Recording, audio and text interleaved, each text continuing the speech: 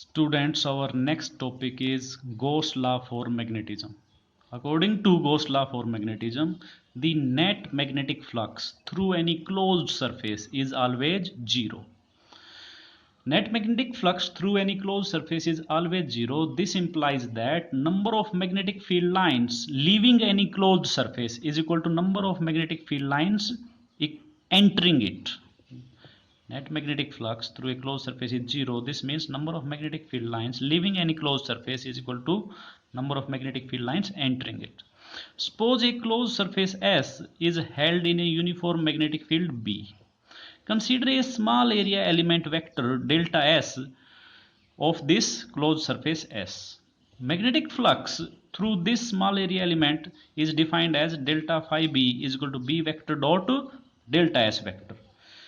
If a small area element A vector is held in the magnetic field, then magnetic flux will be B vector dot A vector. If small area element delta S vector is held in magnetic field, then net magnetic flux through this small area element is B vector dot delta S vector. This is by definition.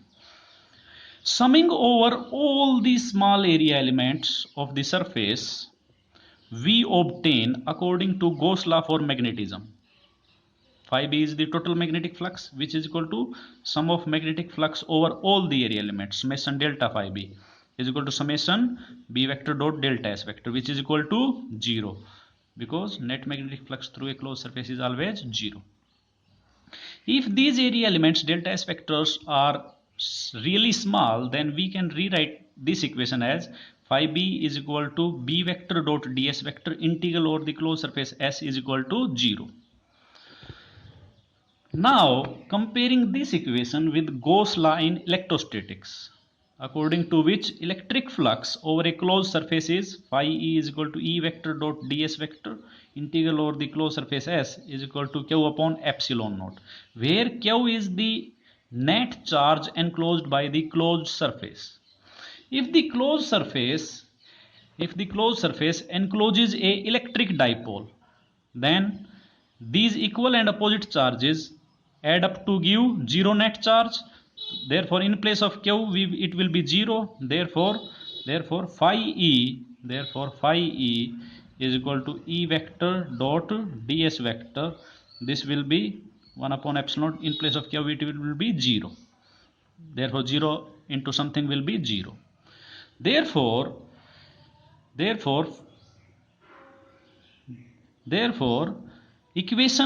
from equation 1, we predict that simplest magnetic structure is a magnetic dipole.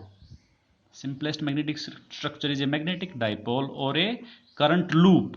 This means as the magnetic flux through a closed surface is always 0, therefore simplest magnetic element is a magnetic dipole or a current loop. This means magnetic monopoles or isolated poles do not exist.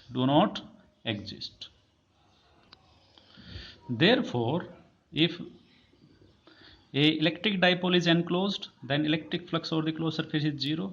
As the magnetic flux through a closed surface is always 0, this means simplest magnetic element is a dipole. Here, in a dipole, there are two equal and opposite magnetic poles separated by a small distance, where plus m is the pole strength of north pole and minus m is the pole strength of south pole. Therefore, this is the corresponding form of Gauss law in magnetism, corresponding to equation 2. We can write the Gauss law in magnetism in this form. Therefore, from Gauss law in magnetism, we conclude that isolated magnetic poles do not exist. Magnetic poles always exist in unlike pairs of equal strength, and corresponding to isolated free charge in electricity, there is no counterpart in magnetism. There is no counterpart of isolated free charges in magnetism, because in magnetism the poles always exist in pair of equal and opposite strength.